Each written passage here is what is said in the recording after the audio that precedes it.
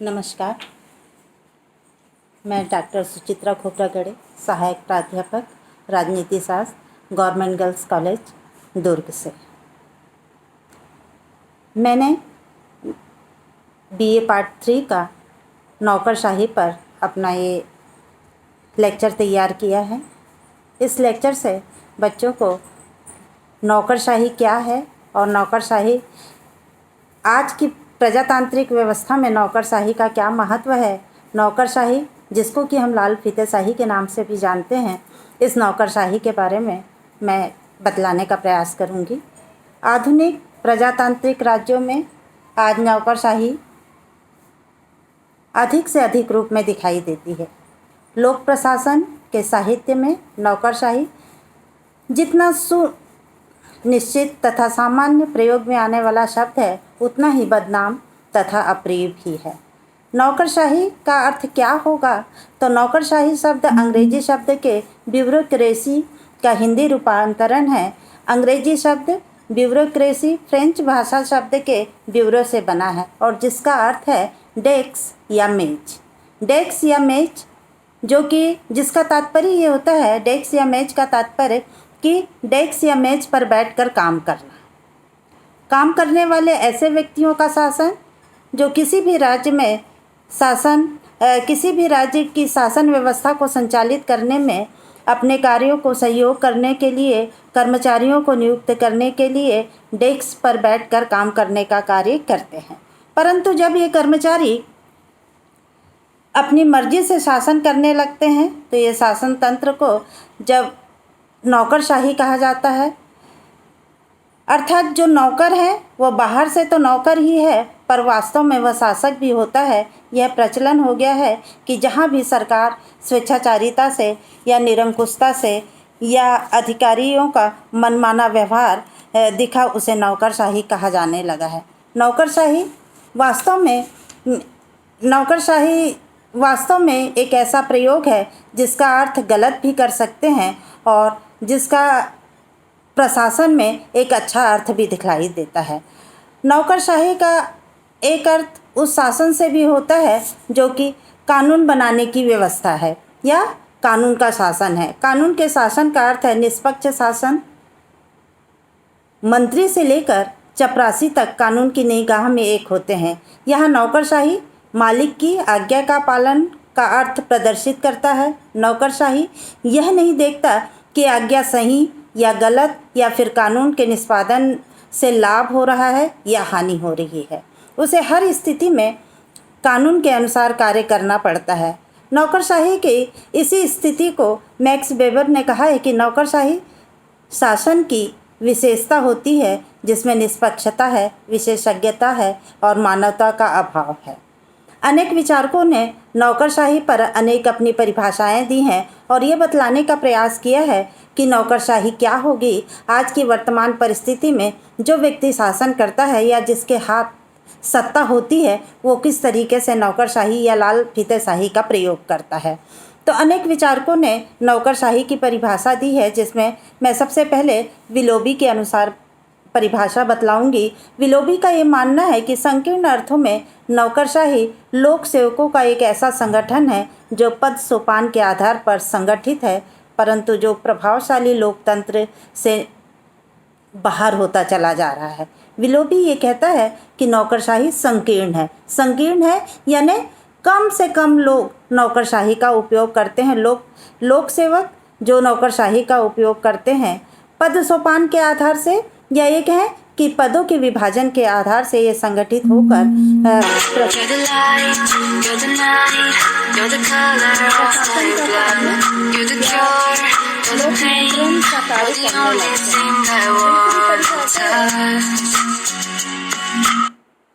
दूसरी परिभाषा है मैक्स वेबर की। मैक्स वेबर का मानना है कि नौकरशाही एक प्रशासकीय संगठन है जिसमें विशेष योग्यता, निष्पक्षता तथा मानवीय भावनाओं के अभाव के लक्षण पाए जाते हैं। मैक्स वेबर भी नौकरशाही को एक प्रशासनिक संगठन मानता है, क्योंकि नौकरशाही में हम एक चपरासी से लेकर एक बड़े अधिकारी तक को लोक सेवक के रूप में देखते हैं। प्रशासन के अंतर्गत कार्य करने वाले सहायक के रूप में देखते हैं। पिफनर ने कहा है, यह व्यक्तियों का तथा कार्यों का एक व्यवस्थित संगठन है जिसमें सामूहिक प्रयास द्वारा निर्धारित लक्ष्य को सहज ही प्राप्त किया जा सकता है। पिफनर भी ये मानकर चलता है कि व्यक्ति और कार्यों का एक ऐसा व्यवस्थित संगठन है जिसमें सामूहिक प्रयास के माध्यम से लोगों के लिए कार्यों को संपादित किया जाता है। कार्मिक संगठन के रूप में नौकरशाही का विकास 19वीं शताब्दी के उत्तरार्ध में उस समय मिलता है जब ब्रिटेन ने संरक्षण प्रणाली पर आधारित नियुक्ति प्रथा का त्याग किया था और योग्यता पर आधारित आधुनिक प्रणाली को अपनाया था। अमेरिका में भी लूट प्रणाली समाप्त कर निष्पक्ष एवं योग्यता पर आधारित कार्मिकों का चयन शुरू हो गया था। इस तरीके से नौकरशाही भारत ही नहीं बल्कि अनेक देशों में नौकरशाही देखने को मिलती है। आज के आधुनिक परिवेश में हम नौकरशाही का बदलता हुआ परिदृश्य भी देखते हैं। 20वीं शताब्दी के उत्तरार्ध में प्रजातंत्र के साथ साथ लोक कल्याणकारी राज्य की धारणा बलवती होती चली गई। इससे राज्य का कार्यक्षेत्र निरंतर विस्तृत होता गया। इसके साथ साथ नौकरशाही का भी विस्तार होता गया। यह स्पष्ट है कि हम जिस समय और जिस संसार में रह रहे हैं वहाँ तेजी से सारा कुछ प्रशासन बदलता चला जा रहा है और इन परिवर्तनों ने हर देश में लोक सेवा या नौकरशाही के सामने एक गंभीर चुनौती लाकर खड़ी कर दी है। अब प्रशासन को अपने विभाग के अंदर अपने बहुआयामी कार्य करने पड़ते हैं तथा तरह तरह के लोगों से मिलना पड़ता है। अतः आज नौकरशाही को बदलने की महती आवश्यकता है। यह बदलाव आ रहा है परंतु पूरी गति से नहीं आ रहा है। भारत सरीखे विकासशील देशों में नौकरशाही आज राष्ट्रीय एवं सामाजिक विकास का माध्यम बन गई है। आज भारत समेत विश्व के अधिकांश विकासशील राष्ट्रों ने लोक प्रशासन के विकास को नए प्रशासन में परिवर्तित करने की दिशा में नया कार्य प्रारंभ कर दिया है। इसके लिए प्रशासनिक संरचनात्मक एवं क्रियात्मक तत्वों में क्रमिक परिवर्तन लाकर उन्हें लक्ष्य उन्मुखी, विकास उन्मुखी बनाया जा रहा है ताकि राष्ट्रीय निर्माण सामाजिक, राजनीतिक, आर्थिक विकास के लक्ष्य को प्राप्त कर सके। इसलिए अब नौकरशाही के लिए ये आवश्यक हो गया है कि वह सतत जनसंपर्क में रहे, प्रशासन में जनभागीदारी को बढ़ावा दे एवं नीति निर्माण, नीति नियम एवं क्रियान्वयन की प्रक्रियाओं में जनभागीदारी को बढ़ावा दें एवं आवश्यकता के अनुसार विशेषज्ञों को भी साथ लेकर कार्य करें। इस तरीके से भारत में नौकरशाही की एक अहम भूमिका है। भारत में और अन्य विकासशील देशों में भी प्रजातंत्र और प्रजातांत्रिक राजनीतिक अनेक पारस्परिक विकृतियों के साथ साथ कई ऐसी व्यवस्थाएं विकसित हुई हैं, जैसे भारतीय प्रजातंत्र सांप्रदायिकता, जातीयता, क्षेत्रीयता, पिछड़ावाद आदि विकृतियों से पीड़ित है। प्रशासन और राजनीति की घनिष्ठता के कारण नौकरशाही भी इन विकृतियों से अछूती नहीं रही, बल्कि इनकी आड़ में नौकरशाही में भ्रष्टाचार चरम सीमा तक पहुंच गया है। परिणाम ये दिखता है कि विकास की बड़ी मात्रा कागजों में रह जाती है और ज़मीन पर केवल विकास का छिड़काव ही दिखाई देता है। इस तरीके से नौकरशाही प्रशासन के अंतर्गत, या ये कहें कि नौकरशाही उस शासन से भी होता है जो कानून का शासन है। कानून के शासन का अर्थ एक निष्पक्ष शासन है कि हम ऐसी सरकार का निर्माण करें, एक ऐसी सरकार को बनाएं जो आम नागरिकों के लिए निष्पक्ष होकर कार्य करे। अब मैं आप लोगों को नौकरशाही के गुणों की ओर ध्यान आकर्षित कराने का प्रयास करूंगी कि नौकरशाही में कौन कौन से गुण होते हैं। गुणों के दृष्टिकोण से ये कहा गया है कि नौकरशाही का कार्य निष्पक्ष होता है। नौकरशाही, क्योंकि ये जो सेवक, जनता के सेवक कहलाते हैं, ये जनता के लिए निष्पक्ष होकर कार्य करते हैं। दूसरे गुण में ये कहा गया है कि ये स्थायी सेवक के रूप में कार्य करते हैं। ये स्थायी स्वरूप के कारण नौकरशाह अपने क्षेत्र के ज्ञान को संपन्न करने के लिए ये अनेक ऐसे विशेषज्ञ होते हैं जिनका कार्य अनुभव काफ़ी लंबे समय का होता है, प्रभावशाली होता है, इनके पास अनुभव होता है, इसलिए इनका कार्य जनता के लिए प्रभावशाली होता है।